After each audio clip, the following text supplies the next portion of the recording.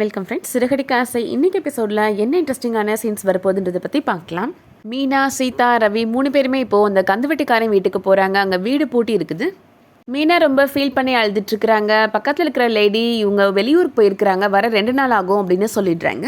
எல்லாம் பிளான் பண்ணி தான் அவன் இந்த மாதிரி மாட்டிக்க கூடாதுன்னு வெளியூர் போயிட்டான் போல அப்படின்னு ரவி சொல்லிட்டு இருக்கிறாரு. அந்த டைமில் கரெக்டாக ஸ்ருதி ரவிக்கு கால் பண்ணுறாங்க. இன்றைக்கி கண்டினியூஸாக டப்பிங் இருக்குப்பா, எனக்கு ஏதாவது சாப்பாடு செஞ்சு கொடுத்து விடு அப்படின்னு சொல்கிறாங்க. ரவி சொல்கிறாரு, நான் இப்போது ரெஸ்டாரண்ட்டில் இல்லை, வெளியில் இருக்கிறேன், ஒரு பர்சனல் பிரச்சனை அதனால தான் அப்படின்னு சொல்கிறாரு. ஸ்ருதி சொல்கிறாங்க, நான் உன்னோட ஃப்ரெண்டு தானே, என்ன பிரச்சனைன்னு என்கிட்ட சொல்லு அப்படின்னு சொல்கிறாங்க. ரவி இப்போது முத்துவை அரெஸ்ட் பண்ணதை பற்றி சொல்கிறாரு. நான் உனக்கு இப்போ ஒரு அட்ரஸ் அனுப்பி வைக்கிறேன், அங்கே உங்கள் அண்ணியை கூப்பிட்டுட்டு கிளம்பி அங்கே நேராக வா அப்படின்னு சொல்கிறாங்க ஸ்ருதி. ரவி, மீனா, சீதா 3 பேருமே இப்போது ஸ்ருதி அனுப்பின அட்ரஸ்க்கு போகிறாங்க. யாரோட வீடு இது அப்படின்னு கேட்குறாரு ரவி. என் ஃப்ரெண்டோட அப்பா அசிஸ்டன்ட் கமிஷனர், அவரோட வீடு தான் இது அப்படின்னு சொல்கிறாங்க.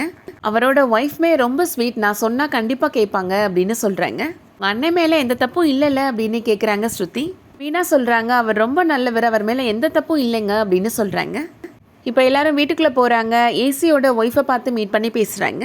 ஸ்ருதி நடந்த பிரச்சனையை பற்றி சொல்கிறாங்க. அப்போது அந்த ஏசியோட ஒய்ஃப், நீங்கள் சொல்கிறதெல்லாம் உண்மை, நான் எப்படி நம்புறது அப்படின்னு கேட்குறாங்க. மீனா அந்த லேடிட்ட சொல்கிறாங்க, என்னோட வீட்டுக்காரர் ரொம்ப அப்பாவி அப்படின்னு சொல்கிறாங்க. அங்கே சொல்கிறதெல்லாம் உண்மைதான், அவர் மேலே எந்த தப்பும் கிடையாது, இது என்னோட தாலி மேலே சத்தியம் அப்படின்னு அழுதுகிட்டே சொல்கிறாங்க. ஸ்ருதி ஃப்ரெண்டோட அம்மா இப்போ போலீஸ் ஸ்டேஷனுக்கு கால் பண்ணி முத்துவை ரிலீஸ் பண்ண சொல்லிடுறாங்க. ரவி, மீனா, சீதா 3 பேருமே இப்போ போலீஸ் ஸ்டேஷனுக்கு போகிறாங்க. ஏசி வரைக்கும்லாம் எதுக்கு போனீங்க அப்படின்னு அந்த போலீஸ்காரர் கேட்குறாரு. நீங்கள் தான் விட முடியாதுன்னு சொல்லிட்டீங்களே சார், அப்புறம் நாங்கள் என்ன சார் பண்ணுறது அப்படின்னு சொல்கிறாரு ரவி. ஏசியோட ஒய்ஃப் கால் பண்ணாங்க, நல்ல வேளை நாங்கள் எஃப்ஐஆர் போடலை, போட்டிருந்தா கண்டிப்பாக அவரை விட்டுருக்க முடியாது அப்படின்னு சொல்கிறாரு போலீஸ்காரர். முத்துவை இப்போது ரிலீஸ் பண்ணிடுறாங்க. அந்த போலீஸ்காரர் இப்போது முத்துட்ட சொல்கிறாரு, இனிமேல் போலீஸ் மேலெல்லாம் கை வைக்கக்கூடாது அப்படின்னு சொல்கிறாரு. முத்து சொல்கிறாரு, இதே சட்டம் தானே சார் எங்களுக்கும், கிரிமினலாக இருந்தால் கூட போலீஸ் அடிக்கக்கூடாதுன்னு சட்டம் இருக்குல்ல சார் அப்படின்னு சொல்கிறாரு. இந்த வாய் பேசினால தான் நீ இந்த நிலைமையில இருக்கிற அப்படின்னு அந்த போலீஸ்காரர் சொல்கிறாரு. முத்துட்ட அடி வாங்கின போலீஸ்காரர் இப்போது முத்துவோட கார் கீயை கொடுக்க மாட்டேன்னு சொல்லிடுறாரு.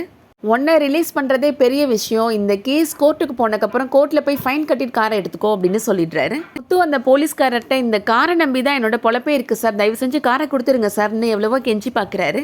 மீனாவுமே அந்த போலீஸ்காரர்கிட்ட, இவர் கார் ஓட்டினா தான் எங்களோட வாழ்க்கையே ஓடும் சார் அப்படின்னு எவ்வளவோ கெஞ்சி பார்க்குறாங்க. ஆனால் அந்த போலீஸ்காரர் கடைசி வரைக்கும் காரை கொடுக்க மாட்டேன்னு சொல்லிடுறாரு.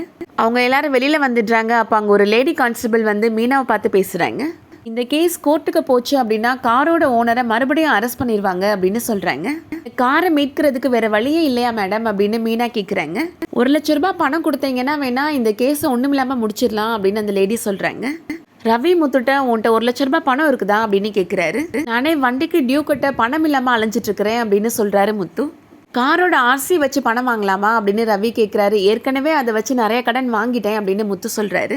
பைக்கோட ஆர்சி புக்கை வச்சு வேணா பணம் வாங்கலாம் அப்படின்னு ரவி சொல்லிட்டு இருக்கிறாரு. 1 லட்ச ரூபாய்லாம் கிடைக்காது அப்படின்னு முத்து சொல்கிறாரு. சரி, நம்ம என்ன பண்ணலாம்னு யோசிக்கலாம் அப்படின்னு ரவி சொல்லிடுறாரு. அடுத்ததா விஜயா ரோகிணிக்கு கால் பண்ணுறாங்க. எங்கள் சைடில் எல்லாருக்குமே பத்திரிக்கை கொடுத்துட்டோமா, உன்னை பற்றி ரொம்ப பெருமையாக நான் சொன்னேன் எல்லார்ட்டையுமே அப்படின்னு சொல்கிறாங்க விஜயா.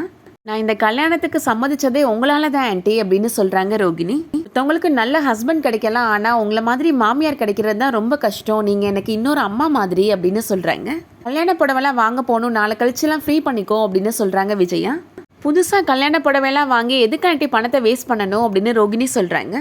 நீங்கள் கல்யாணத்துக்கு கட்டின புடவை இருக்குன்னு சொன்னீங்கல்ல, அதுவே என்கிட்ட கொடுங்க அப்படின்னு சொல்கிறாங்க ரோகிணி. அதை நான் கட்டிக்கிறேன், என்னோட வாழ்க்கை ரொம்ப நல்லா இருக்கும் அப்படின்னு சொல்கிறாங்க. அதை கேட்ட உடனே ரொம்ப ஃபீல் பண்ணி நின்றுட்டுருக்குறாங்க விஜயா.